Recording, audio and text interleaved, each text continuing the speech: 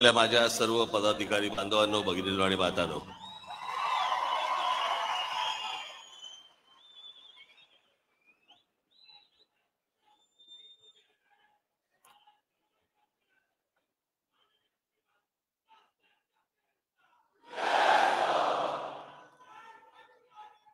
बस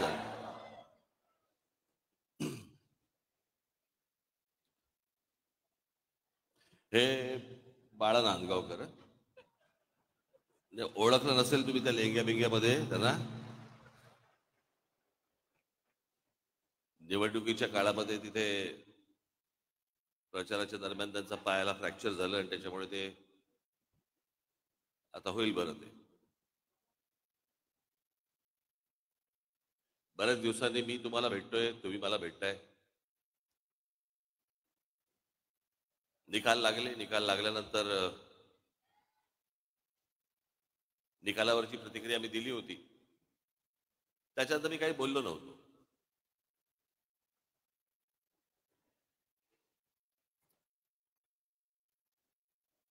पण शांत आहे याचा अर्थ विचार करत नव्हतो असं नाही.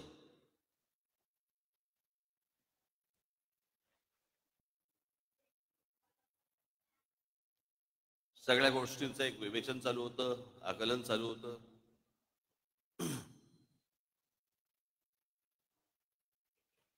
बरेच लोक मला भेटले या सगळ्या गेल्या 2 महिन्यामध्ये, 1.5 महिन्यामध्ये. परवा दिवशी माझ्याकडे ते संभाजी महाराजांवरचे चित्रपट करणारे लक्ष्मण उतेकर दिग्दर्शक ते आले होते. उत्तम दिग्दर्शक.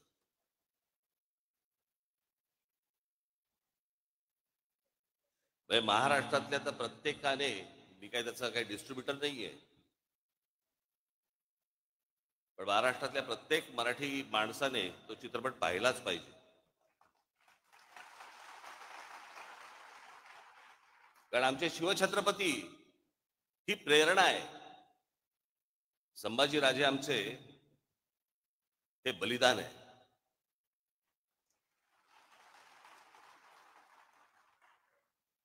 आणि मग मला मी पाहिलं नव्हतं त्याचं ते ट्रेलर बिलर. मला आमच्या अमेय खोपकरने मला सांगितलं की त्यांना तुम्हाला येऊन भेटायचंय. म्हटलं काय आहे विषय. नाही म्हटलं त्याच्यामध्ये संभाजी महाराज. हा लाईट जरा कमी होईल का रे, माझ्या डोक्यात डोळ्यासमोरचा काय आहे का काही त्याच्यात. बोट बिट घाला कुठेतरी बटनात.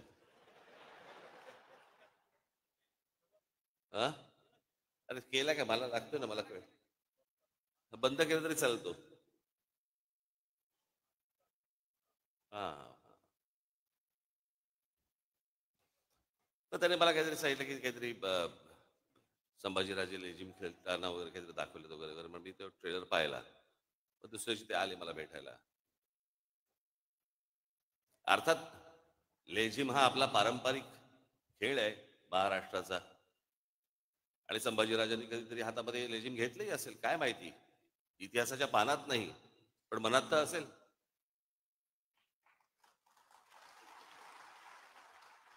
पण मी त्यांना म्हटलं त्या गाण्यावरनं म्हटलं चित्रपट पुढे सरकतोय का, की नुसतं गाणं आहे सेलिब्रेशनचं. तर बोला नाही, सेलिब्रेशनचं. म्हटलं मग कशाला चित्रपट कशाला स्टेकला लावताय.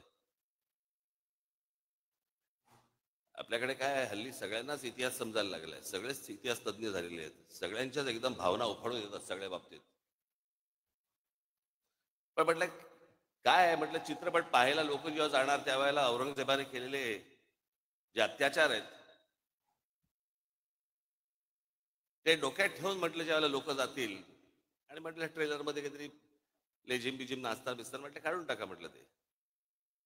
म्हटलं उद्या असं आपण पकडूया म्हटलं. नंतर मी कोणाशी तरी नंतर बोलत होतो. म्हटलं रिचर्ड ॲटनबरोबर ज्याला महात्मा गांधी पिक्चर केला, आपल्या डोळ्यासमोर महात्मा गांधीचे काही काही आंदोलन येतात. पण चित्रपट पाहायला गेलो असताना आपल्याला असं एका सीन मध्ये दिसलं की महात्मा गांधी दांडिया खेळतात.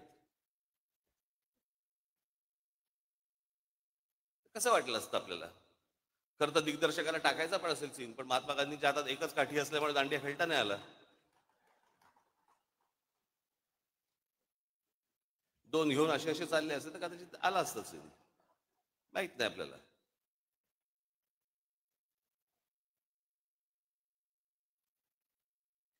पण बरेच लोक मला भेटले,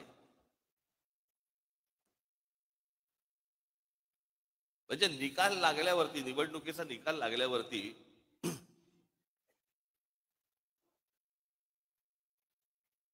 ज्या दिवशी निकाल लागला, मी बोलतोय, तुम्हाला समजत असेल मी काय म्हणतोय ते, आणि सगळ्यांना माहिती आहे. महाराष्ट्रात निकाल लागल्यावरती मी पहिल्यांदा महाराष्ट्रात असं बघितलं, सन्नाटा पसरला. ज्या प्रकारचा जल्लोष व्हायला पाहिजे होता, ज्या प्रकारची गोष्ट व्हायला पाहिजे होती, मिरवणुका काय सगळं, सन्नाट आलो. कारण लोकांमध्येच संभ्रम होता, हे काय आहे, हे कसं झालं, असा कसा निर्णय आला. माझ्याकडे एक व्यक्ती आली होती, जी RSSची म्हणजे संघाशी संबंधित व्यक्ती होती. त्यांच्याही मनामध्ये मला दिसलं की त्यांनाही पटलेलं नाही. त्यांनी फार छान वाक्य बोलले ते माझ्यासमोर. मला म्हणाले, इतना सन्नाटा क्यों है भाई, कोई तो जीता होगा, कोणीतरी जिंकलं असेल की ज्याच्यातनं जल्लोष होईल. पण महाराष्ट्रामध्ये जो सन्नाटा पसरला, ते कसलं द्योतक आहे. काही काही गोष्टींवरती तर विश्वासच बसू शकत नाही. हे आमच्या इथे राजू पाटील बसलेत. कुठे आहेत राजू, कुठे आहे? इथे.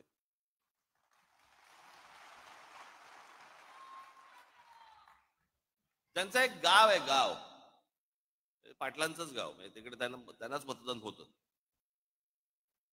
साधारणपणे किती, 1200 लोकांचं गाव आहे ना, 1400 लोकांचं गाव आहे. या 1400 लोकांच्या गावामध्ये राजू पाटलांना किती मतं पडली असतील? अख्खं सगळं मतदान, दरवेळेला त्यांना मतदान होतं. पहिल्यांदा त्यांचे भाऊ उभे होते त्यावेळेला त्यांना मतदान झालं, ते उभे होते त्यावेळेला मतदान झालं, ज्यावेळेला ते खासदारकीला होते त्यावेळेला मतदान झालं, सगळीकडं. त्या गावातनं किती मतदान झालं असेल राजू पाटलांना? किती मतं पडली असतील? एक पण नाही.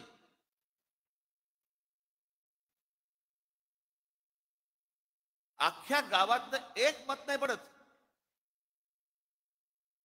जी 1400 मतं जी दरवेळेला राजू पाटलांना पडायची, त्या गावामध्ये एक मत नाही पडत.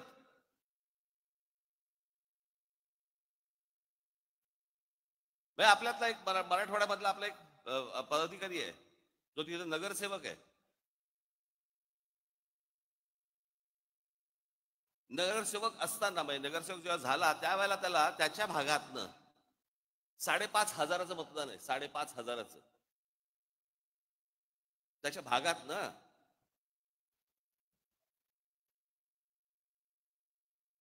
आत्ता तो विधानसभेला उभा होता, त्याला त्याच्या वॉर्डामध्ये नगरसेवक पदासाठी म्हणून त्याला 5,500 मतदान झालं होतं. आत्ता विधानसभेच्या वेळेला त्याला किती मतदान झालं असेल? विधानसभा 2,500.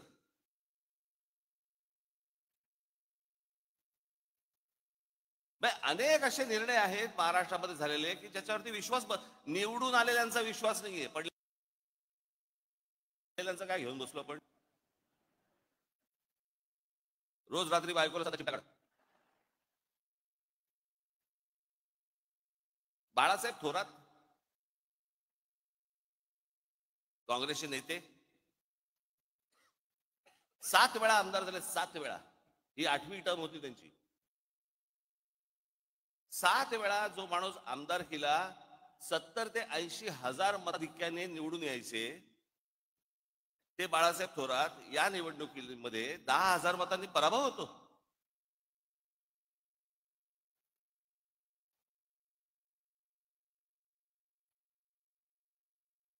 उद्या अनेक लोक बोलतील की राज ठाकरेंचा पराभव झाला म्हणून त्याच्यामुळे ते हे बोलतायत. मी काय बोलतोय? अख्खा महाराष्ट्र बोलतोय.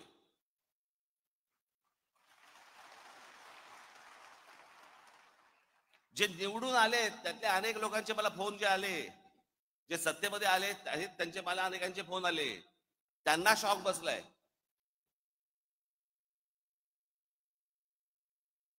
अहो 4-5 जागा येतील. म्हणजे कसं आहे, भारतीय जनता पक्षाला 132 काय जागा मिळाल्या वगैरे वगैरे, चला ठीक आहे. मागच्या वेळेला पण त्यांना काहीतरी 100 काय किती जागा होत्या? 105च्या आधी नाही 105-17ला होत्या, 122 काहीतरी, 122 काहीतरी जागा होत्या 2014ला. ठीक आहे, आपण समजू शकतो. चला 132. अजित पवार 42.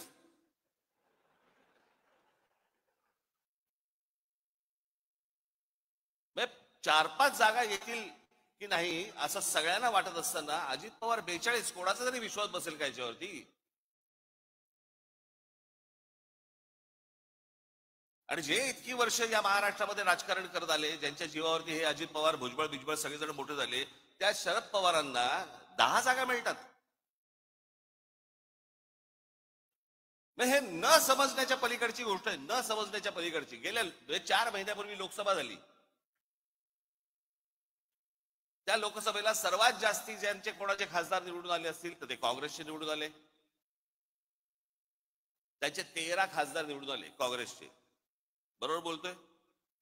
एका खासदाराच्या खाली किती आमदार येतात? साधारणपणे 5 ते 6 आमदार येतात. 6 आमदार येतात. बरोबर आहे? सर्वसाधारणपणे किती आमदार यायला पाहिजे होते काँग्रेसचे? सगळे 6च्या 6 नाही पकडलं, पण एखाद्या मतदारसंघामध्ये 6च्या ऐवजी समजा 4 आलेत, 3 आलेत, काहीतरी त्यांचे 15 आमदार येतात.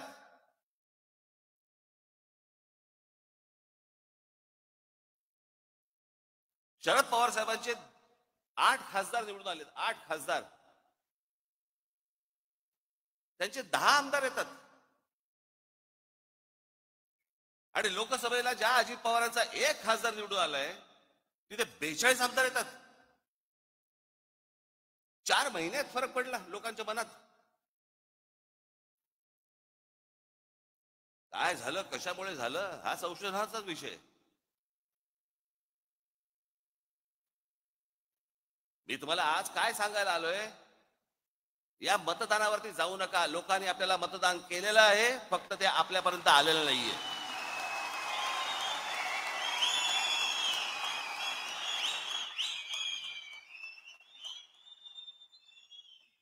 तुम्ही असं कुठेही मनामध्ये धरू नका की लोकांनी आपल्याला मतदान केलं नाही. लोकांनी मतदान केलं, पण ते केलेलं मतदान कुठेतरी गायब झालं.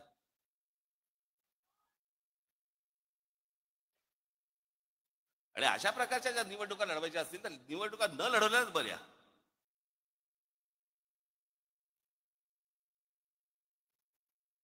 अर्थात ही पण गोष्ट निघून जाईल. कोणी कुठच्या गोष्टीचा अमरपट्टा घेऊन आलेला नसतो. अशा गोष्टी होत असतात.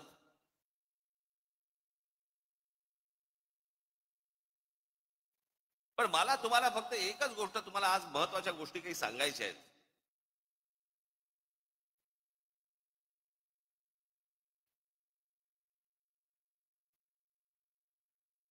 की ज्या गोष्टी तुम्हाला पक्षाने आजपर्यंत ज्या तुम्हाला सांगितल्या, ज्या आजपर्यंत पक्षाने ज्या गोष्टी केल्या, जी आंदोलनं केली, ज्या गोष्टींचे निर्णय लागले, या गोष्टी कुठेतरी तुम्ही पण सतत लोकांसमोर मांडत राहिले पाहिजेत.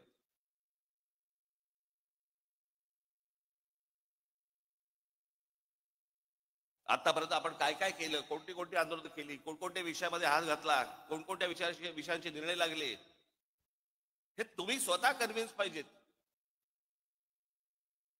तुम्हाला 4 लोकांनी प्रश्न विचारल्यावरती भांबावून जाणं, हे काय हे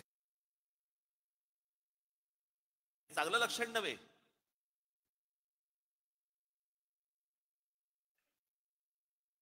म्हणून मी आज तुमच्यासाठी काही गोष्टी इथे आणल्या आहेत मुद्दामून, ज्या तुम्ही लक्षात ठेवल्या पाहिजेत. माझं भाषण संपल्यानंतर ज्यावेळेला ते येईल, कुठेतरी युट्यूबला येईल, तेवढा पोर्शन तुम्ही कट करून ठेवला पाहिजे. सतत तुम्ही त्या गोष्टी ऐकल्या पाहिजेत, बघितल्या पाहिजेत.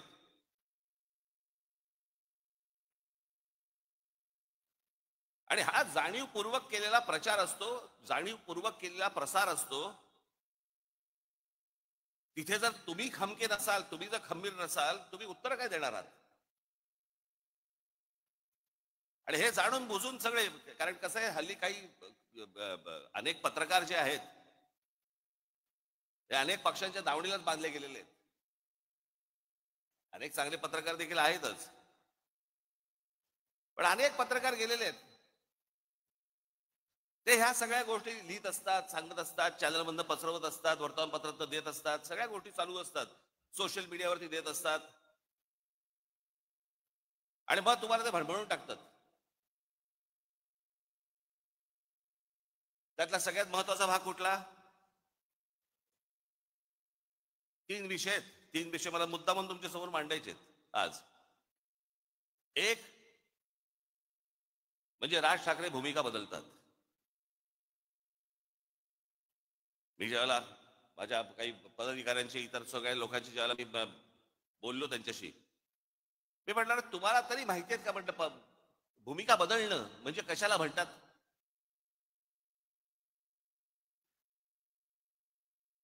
मी आज मुद्दामून तुमच्यासाठी काही गोष्टी इथे आणल्या आहेत. या महाराष्ट्रामध्ये, देशामध्ये कशा कशा प्रकारच्या भूमिका लोकांनी बदलल्या आणि आपण काय केलं.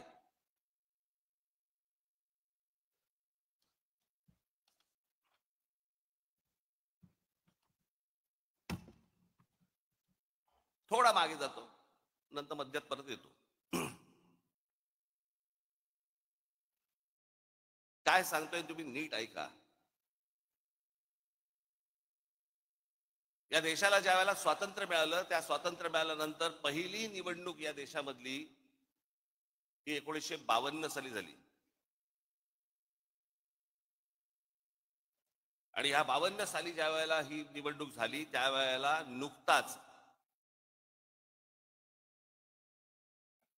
राष्ट्रीय स्वयंसेवक संघाचा म्हणून त्यांचा एक पॉलिटिकल विंग ही जन्माला आली, तिचं नाव जनसंघ.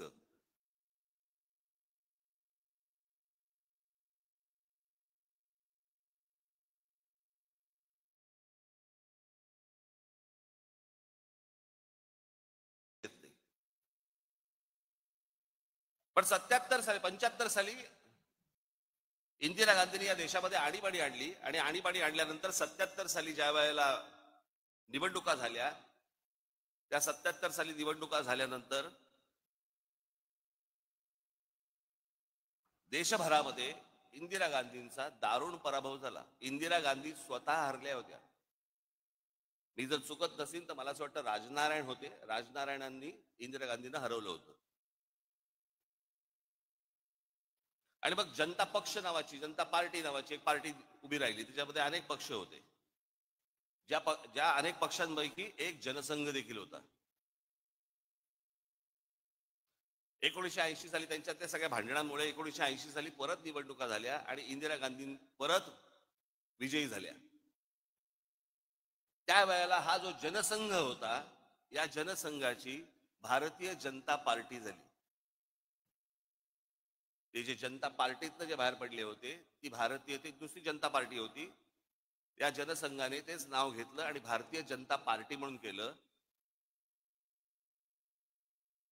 हा आता भारतीय जनता पक्षाचा जो झेंडा दिसतोय, तो झेंडा बदलला झेंडा. आणि जनता पार्टीचा जो झेंडा होता, जो आडवा होता, भगवा आणि हिरवा, तो यांनी उभा केला.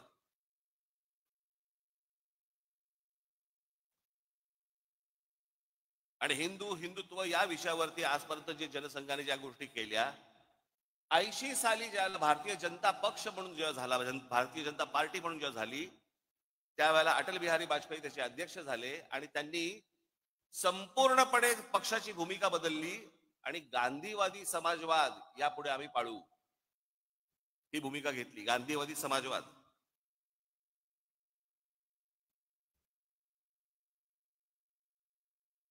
मग 84 ला इंदिराजी गेल्या, इंदिराजी नंतर मग परत धक्के. आता ह्याच दरम्यान 77 ला निवडणूक झाली, 78 ला परत एक निवडणूक झाली, त्याच्यामध्ये शरद पवारांचं पुलोद आलं. शरद पवार मुख्यमंत्री झाले. ते आहे ना, ते वसंतदादा पाटलांच्या पाठीत खंजीर खुपसून वगैरे ते सगळं प्रकरण. आणि ज्या वेळेला शरद पवारांनी ज्या वेळेला पुलोद स्थापन केली, त्यावेळेला हाच जनसंघ, त्याला भारतीय जनता पार्टी झालेली नव्हती, हा जनसंघ पुलोद मध्ये शरद पवारांबरोबर होता.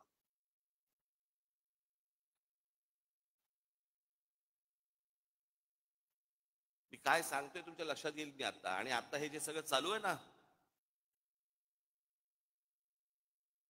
हा ह्याला भेटला, तो त्याला चोरून भेटला, तो त्याला हे भेटला, हे तर उघडपणे सुरू होतं.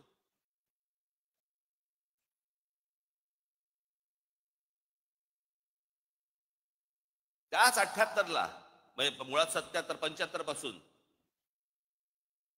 शिवसेनेने काँग्रेसच्या आणीबाणीला पाठिंबा दिला होता. 80ची निवडणूक ही शिवसेनेने एकही जागा लढवली नव्हती, परंतु काँग्रेस आणि शिवसेना यांची युती होती.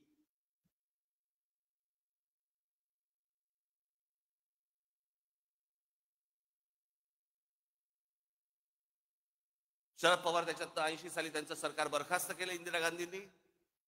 6 वर्ष काही नव्हते. 84ची एक निवडणूक झाली. मग 86 साली शरद पवार परत काँग्रेसमध्ये त्यांनी प्रवेश केला संभाजीनगरला राजीव गांधींच्या समोर. मग ते काँग्रेसमध्ये आले. जनता पक्ष बाहेरच राहिला.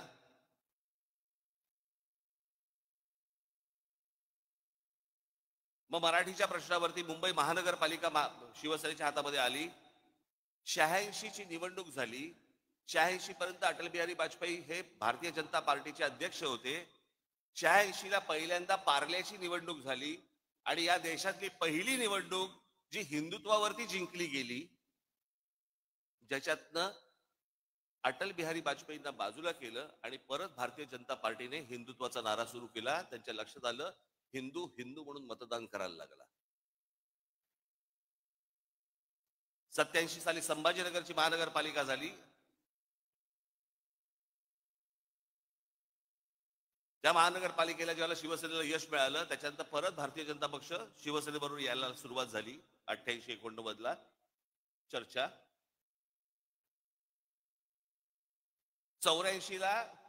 1984ला शिवसेना भारतीय जनता पक्ष युती झाली होती आणि शिवसेनेचे 2 खासदारकीचे उमेदवार हे कमळावरती उभे होते, जोशी आणि वामनराव महाडिक.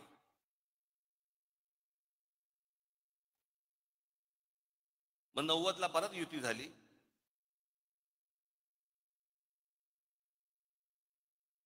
ला परत शरद पवार मुख्यमंत्री झाले. मग 95ला परत भारतीय जनता पक्ष शिवसेना युती झाली. युतीतलं सरकार आलं. 99ला परत तीच काँग्रेस सोडून शरद पवार बाहेर पडले आणि 99चे रिझल्ट लागल्यावरती 2 महिन्या एक दीड महिन्यामध्ये शरद पवार त्यांची काय राष्ट्रवादी काँग्रेस आणि काँग्रेस परत युती झाली. ज्या काँग्रेसला शिव्या घालून ते बाहेर पडले होते त्यांच्याच बरोबर दीड महिन्यात युती झाली. हे मी तुम्हाला का सांगतोय? या सगळ्यांनी आपापसात प्रत्येकाच्या स्वार्थासाठी सगळ्यांनी आपापल्या भूमिका बदलल्या. इथे मी कोणत्या स्वार्थासाठी भूमिका बदलली हो?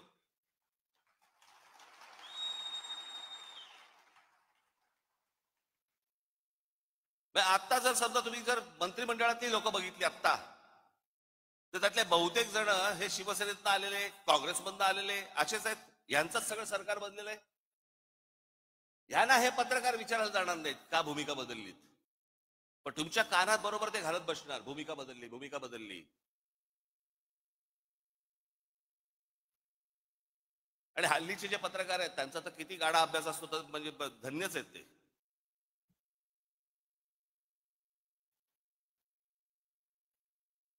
आजचा दिवस ढकलायचा तर काही का बातमी टाके ना.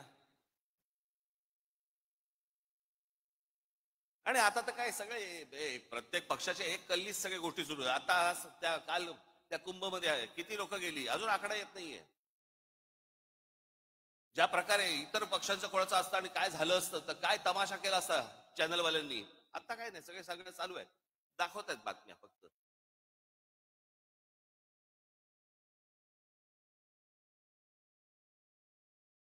आणि मग काय गोष्टी पेरायच्या की राज ठाकरेंनी पहिल्यांदा नरेंद्र मोदींना पाठिंबा दिला, मग त्यांच्या ते विरोधात बोलायला लागले आणि मग परत त्यांनी सपोर्ट केला. का केला? कारण त्यांच्या मागे ईडी लावली, माझ्या मागे ईडी लावली.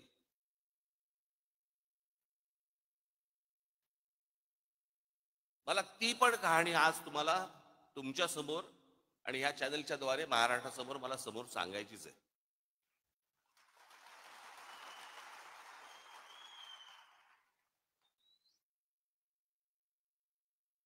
मी जे आता तुम्हाला जे सांगणार आहे, इथे समोर बघलो, इथे समोर महाराजांचा पुतळा आहे. त्याच्या समोर मी जे सांगीन ते शपथपूर्वक सांगीन.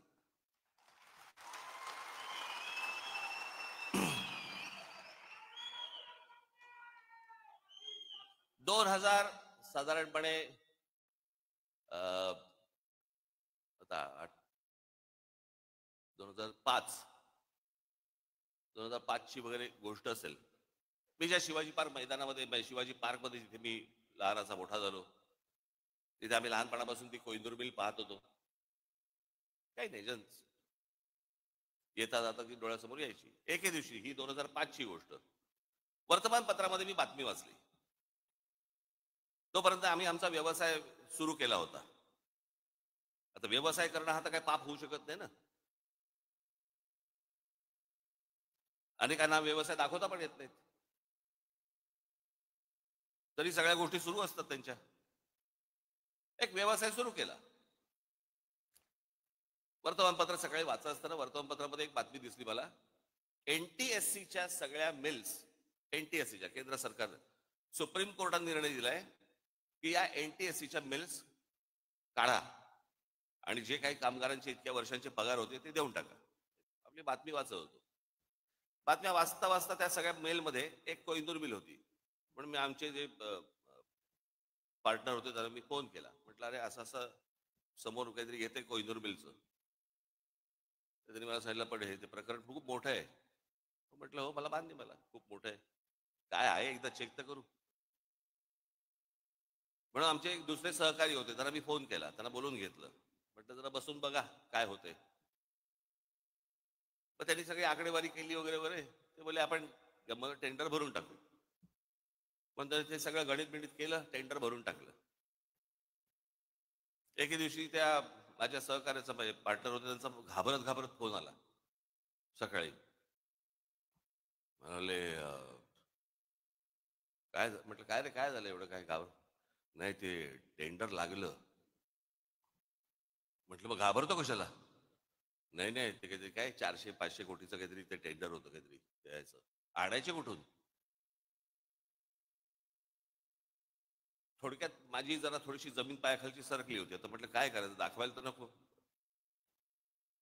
मग आमच्या एका दुसऱ्या मित्राला सांगितलं. मग त्यांनी ते आयलँड एफएस नावाची एक कंपनी होती, त्या आयलँड एफएस कंपनीशी ते बोलले. आणि ती कंपनी बोलली की बाबा आम्ही पैसे भरायला तयार आहोत, तुमच्याबरोबर यायला तयार आहोत. म्हणून सगळे पैसे जेवढे असतात ते सगळे त्या कंपनीने भरले. आम्ही त्याच्यामध्ये पार्टनर होतो. 7-8 जण होतो आम्ही.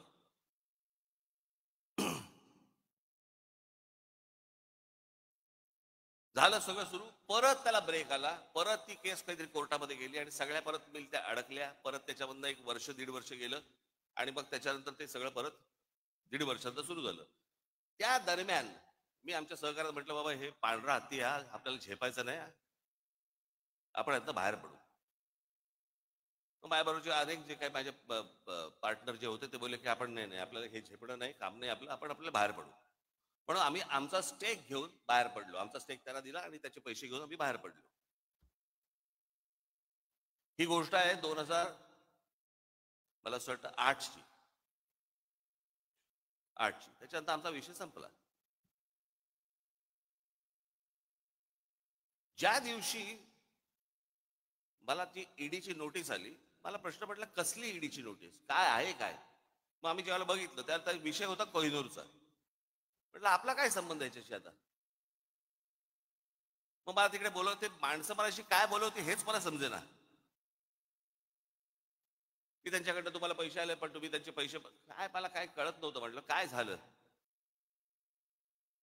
बरं, जे पैसे आले त्याच्यावरती आम्ही टॅक्स भरला, टॅक्स भरून तो गेला. सगळ्यांनी टॅक्स भरला आणि तो गेला. ती जी कंपनी होती त्याच्यामध्ये टॅक्स भरला, त्या कंपनीने तिकडे टॅक्स भरला, त्यातनं आम्ही बाहेर पडलो. मला ज्या वेळेला ती गोष्ट आली त्यावेळेला मी ज्यावेळेला इन्क्वायरी केली, आमच्या सीए ला बोलवलं. म्हटलं काय नेमकं काय झालं सांग मला. तो बोलला तुमच्यातला एक जो पार्टनर आहे, तुम्ही जो टॅक्स भरलात त्या कंपनीत, त्या पार्टनरने तो टॅक्स इन्कम टॅक्सला भरलाच नाही, तर ते पैसे तुमचे बाहेरच्या बाहेर वापरले. म्हटलं मग आता काय करायचं? म्हणे आता परत टॅक्स भरायला लागेल. आम्ही परत टॅक्स भरून टाकला. जेवढा होता तेवढा परत प्रत्येकाने आपापला टॅक्स परत भरून टाकला. कोण जाईल झंझटीत? विषय संपला. आता एवढ्याशा गोष्टीसाठी राज ठाकरे ईडीला घाबरला आणि मोदींची स्तुती करायला लागला. मला काय देणं घेणं त्या गोष्टींशी? माझ्या डोक्यावरती तलवारी घेऊन नाही मी फिरत.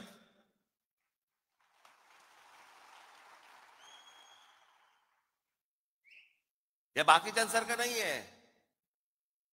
6 दिवस अगोदर मोदी म्हणतात 70,000 कोटीचा भ्रष्टाचार केलेला ना आम्ही 8 मध्ये टाकू. आम्हाला माहित होतं की ते मंत्रिमंडळात टाकणार आहेत.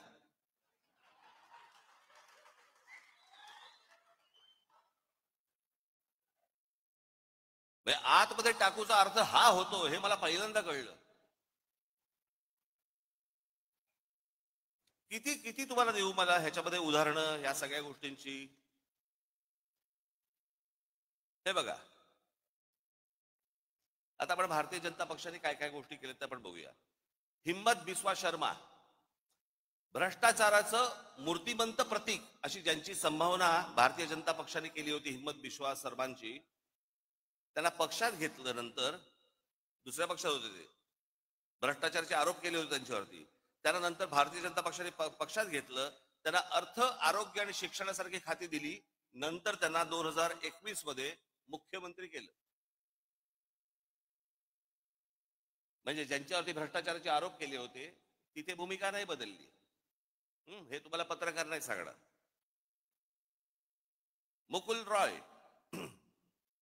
पूर्व भारतात सरधाना नावाच्या समूहाने लोकांना भरमसाठ रिटर्न्स देतो म्हणून पैसे गोळा केले आणि त्यांचे पैसे बुडवले. या घोटाळ्याचे शिल्पकार मुकुल रॉय, हे मुकुल रॉय होते असा भाजपाचा असा आरोप होता. 1917 मध्ये भाजपने मुकुल रॉयना पक्षात घेतलं. DS येडियुरप्पा, खाण घोटाळ्या प्रकरणी भाजपने त्यांना दूर सारलं, पण पक्ष सत्तेत येत नाही हे पाहून पुन्हा पक्षात घेतलं आणि 2019 ते 21 त्यांना मुख्यमंत्री केलं. अजित पवारांचं तर मी तुम्हाला सांगितलं. अशोक चव्हाण, आदर्श घोटाळा, त्यांनी काँग्रेस पक्ष सोडायच्या आधी संसदेत आदर्श घोटाळ्यातील त्यांच्या सहभागावरून भाजपच्या खासदारांनी आरोप केले. पुढे 8 दिवसात ते भाजपमध्ये आले आणि लगेचच त्यांना राज्यसभेवरती खासदार म्हणून पाठवलं. भूमिका नाही बदलली. फारुख अब्दुल्ला यांनी काश्मीर मधल्या 370 कलमाला विरोध करणाऱ्या भाजप सोबत, भाजपचा 370 कलमाला विरोध होता सुरुवातीपासून, आपलं त्यांचा विरोध होता की ते असू नये म्हणून, आणि फारुख अब्दुल्लांचा विरोध होता ते काढू नये म्हणून. काश्मीर मधल्या 370 कलमाला विरोध करणाऱ्या भाजप सोबत 1999 ला त्यांच्या NDAचे घटक बनले फारुख अब्दुल्ला, आणि ओमर अब्दुल्ला परराष्ट्र राज्यमंत्री बनले. याच ओमर अब्दुल्लांच्या नंतर नॅशनल कॉन्फरन्सने 2009 मध्ये काँग्रेसबरोबर युती केली. भूमिका नाही बदलली. भाजपमध्ये आले, भाजपने भूमिका बदलली. हे तुम्हाला कोण सांगणार नाहीत. म्हणून मी तुम्हाला, राजकारणामध्ये आहात तुम्ही, तुम्हाला हे सगळे संदर्भ तुम्हाला लक्षात असले पाहिजेत, तुम्हाला माहिती असली पाहिजे. ज्या वेळेला हे लोक येऊन समोर ज्याला तुमच्याशी बोलतात आणि ज्याला त्याला सांगतात, आणि ही असली गोष्टी ज्याला अफवा पसरवायला लागतात, त्यावेळेला तुम्ही तयार पाहिजेत.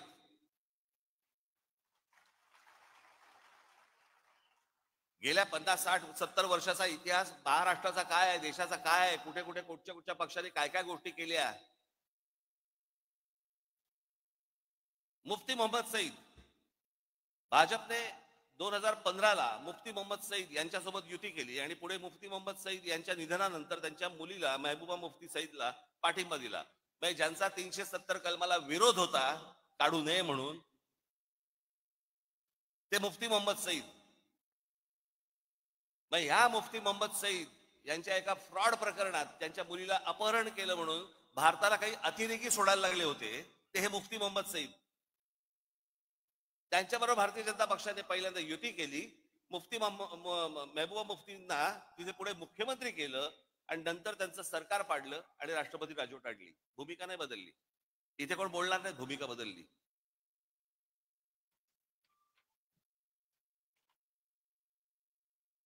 आता महाराष्ट्र देऊ. राधाकृष्ण विखे पाटील आधी काँग्रेस 2022 ते 24 काळात महसूल मंत्री आणि सध्या जलसंपदा मंत्री भाजपमध्ये. हर्षवर्धन पाटील आधी काँग्रेसमध्ये होते, मग ते भाजपमध्ये आले. हर्षवर्धन पाटील भाजपमध्ये आले तेव्हा म्हणाले होते आता शांत झोप लागते. ते हर्षवर्धन पाटील बोलले होते. सगळ्याचे व्हिडिओज आहेत, सगळ्या गोष्टी तुम्ही बघू शकता. नारायण राणे, गणेश नाईक, बबनराव पाचपुते, विजयसिंग मोहिते पाटील, पदमसिंग पाटील, किरीट सोमय्या ते केवढे आरोप केले होते. अनेक लोकांवरती आरोप केले विरोधी पक्षांमधल्या. आज ज्यांच्यावरती आरोप केलेत ना ते सगळे आज मंत्रिमंडळात आहेत किंवा भारतीय जनता पक्षासोबत आहेत. त्यांना नाही कोणी विचारत जात की भूमिका बदलली का काय बदललं. हे जाणून बुजून तुमच्या खाली लागतात. जाणून बुजून तुम्हाला बदनाम करण्यासाठी म्हणून या गोष्टी सगळ्या पसरवल्या जातात. शिवसेनेचा ज्यावेळेला जन्म झाला 1966 साली, त्याच्यानंतर पहिली जी निवडणूक लढवली ती प्रजा समाजवादी पक्षाबरोबर लढवली. त्या निवडणुकीनंतर मुस्लिम लीग बरोबर युती पण केली होती. त्याच्यानंतर 77-75 ला काँग्रेसला पाठिंबाही दिला होता. 80 साली युती पण केली होती. नंतर भारतीय जनता पक्षाबरोबर त्या वेळेची जी काय परिस्थिती असेल त्याप्रमाणे विरोधी पक्ष कोण निर्णय घेत असतात. यांनी घेतले असेल त्या वेळेला परिस्थिती बदलली असेल. पण त्यांची ती बदललेली परिस्थिती हे ह्यांचं बरं आहे. ह्यांनी केलं की प्रेम, आम्ही केला की बलात्कार.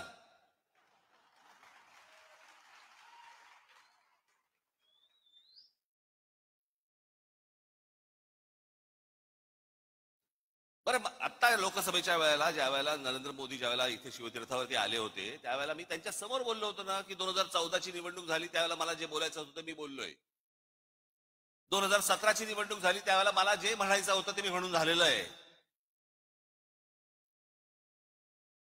मी असं काही बोललो का की मी ते काही बोललोच नव्हतो, मी असं काही म्हणालोच नव्हतो, असं काही बोललो का? माझं बोलून झालंय. एकदा सुटलं की सुटलं.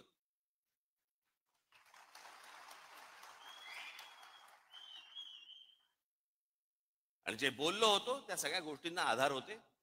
जे चांगलं कराल त्याला चांगलं म्हणू, जे वाईट कराल त्याला वाईट म्हणू. ह्या सगळ्या गोष्टीच्या तुमच्या समोर आणल्या. हे कृपाशंकर सिंग, बबनराव पाचपुते, अजित पवार, हे सगळे देवेंद्र फडणवीसांनी किती लोकांवरती आरोप केले आतापर्यंत? भ्रष्टाचाराचे किती लोकांना बरोबर आरोप केले? कित्येक लोकांवरती जे तुम्हाला आता त्यांच्याबरोबर मंत्रिमंडळात दिसतील. कित्येक लोक तर आता देव दर्शनाला जातात, पूजा करतात, देव पायात ठेवतात की फडणवीस किंवा किरीट सोमय्या कोणीतरी आमच्यावरती आरोप करा. चला आरोप केल्यावर आतमध्ये जाता येतं.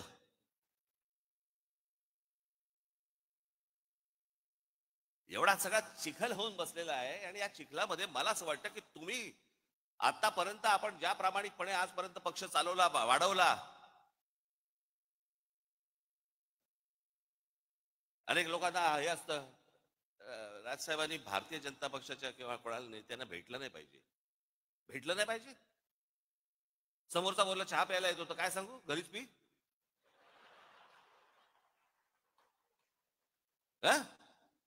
तुम्ही काय वेगळं सांगाल?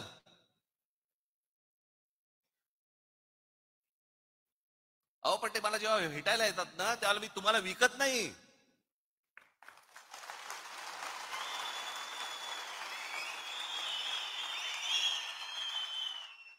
आणि माझा मराठीचा बाणा देखील मी बोथट करत नाही.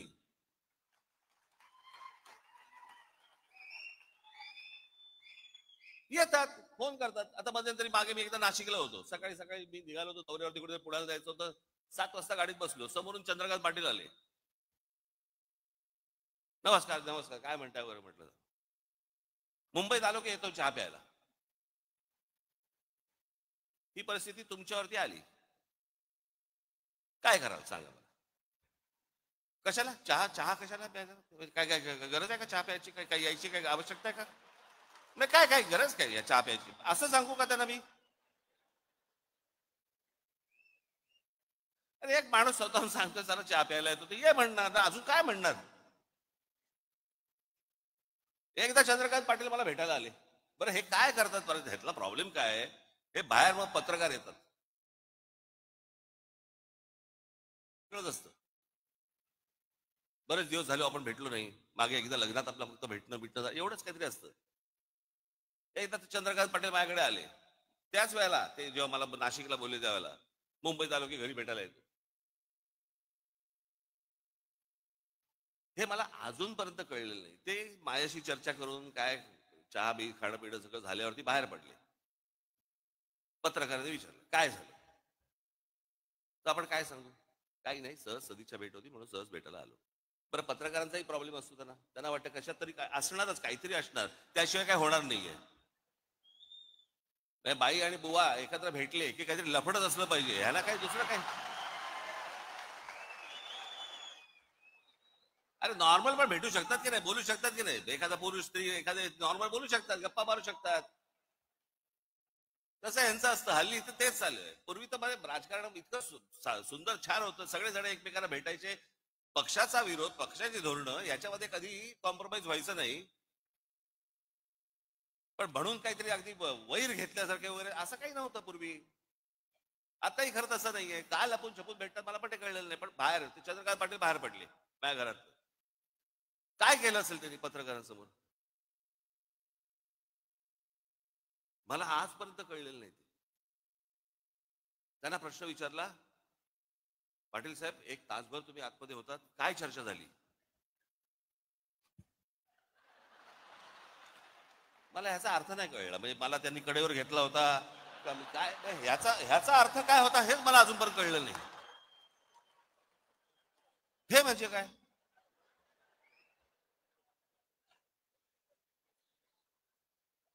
बरं मी काय पाहिलं नव्हतं. ते गेल्यानंतर पत्रकार आले आणि मला म्हणाले की त्यांनी असं केलं बाहेर गेल्यानंतर, म्हणजे काय झालं? मी म्हटलं असं केलं म्हणजे काय झालं? आम्ही दोघे एकमेकांना तेच विचारतोय, म्हणजे काय झालं? काय इकडे मी आकडलं होतं त्याच्यामध्ये दाबून दिलं आणि मी आकडं फोडून दिलं वगैरे, काय म्हणजे झालं काय?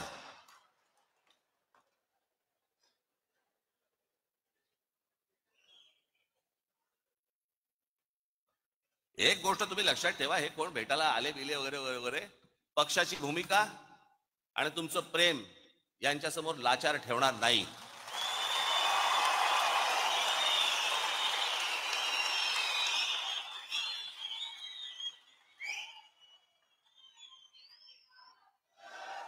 उद्या जेव्हा कधी निवडणुका होतील, काय होतील, कधी होतील, आता 28 तारखेला खरं तर निर्णय होता, तो 28 फेब्रुवारीला गेला. आता 28 फेब्रुवारीला गेला म्हणजे ऑक्टोबर नोव्हेंबर शिवाय निवडणुकाच होत नाहीत.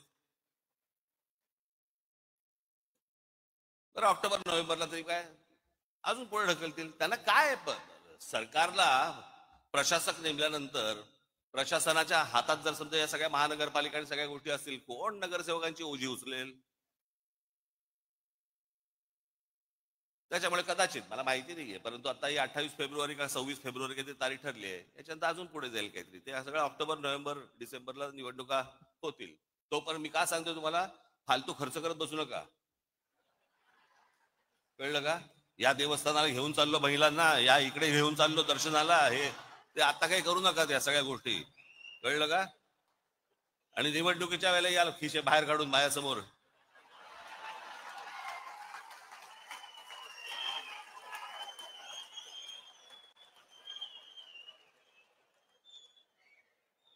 जरा सांभाळून, जरा काय आजूबाजूला चाललंय जरा एकदा बघा बरं का. आज मला तुम्हाला एवढंच सांगायचं आहे,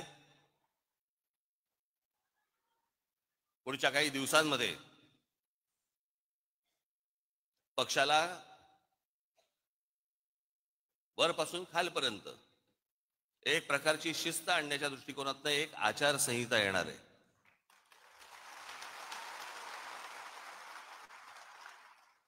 जी गोष्ट मी माझ्या विभागाध्यक्षाशी बोलीन तीच माझ्या शाखाध्यक्षाला पण कळली पाहिजे, तीच माझ्या महाराष्ट्र सैनिकाला पण कळली पाहिजे की काय नेमकं चालू आहे ते.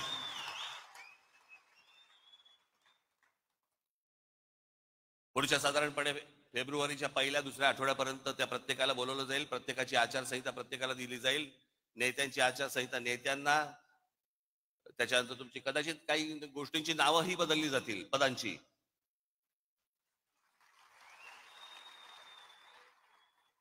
तर ते हळूहळू टप्प्याटप्प्याने त्या गोष्टी मी तुमच्या समोर मांडीन. परंतु मी एक गोष्ट सांगतो तुम्हाला, मी लहानपणापासून अनेक पराभव पाहिलेत, अनेक विजय देखील पाहिलेत. पराभवाने मी कधी खचलो नाही आणि विजयाने कधी हुरळून गेलो नाही.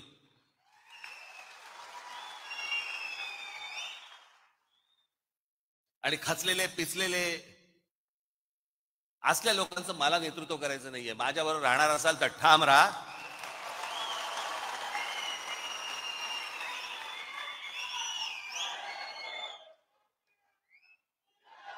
आपल्याला जे महाराष्ट्रामध्ये करायचंय, जे आपल्याला महाराष्ट्राच्या मराठी माणसासाठी करायचंय, जे या महाराष्ट्रातल्या हिंदूंसाठी करायचंय ते आपण करणारच आहोत. ते आपलं स्वप्न आहे. आज नाही, उद्या, उद्या नाही परवा, आपण ते होणार म्हणजे होणार, एवढं निश्चित आपण लक्षात ठेवावं. आज तुम्हाला हे सगळं मी पहिल्यांदाच येतो या सगळ्या ऑडिटोरियम मध्ये. मी कधी आलेलो नव्हतो. खरं ते वरती बसले सगळे चिकटवलेले दिसत वाटतात मला. हे सगळे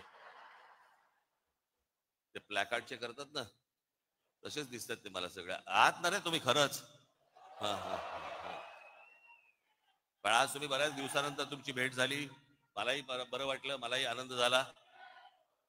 एका उत्साहात, जल्लोषात, जोशात पुढच्या येणाऱ्या सगळ्या गोष्टी आपण पार पाडायच्या आहेत. घराघरापर्यंत जायचंय, लोकांचा विश्वास संपादन करायचंय. जे जे आतापर्यंत पक्षाने केलेलं आहे ते लोकांपर्यंत जाणं गरजेचं आहे.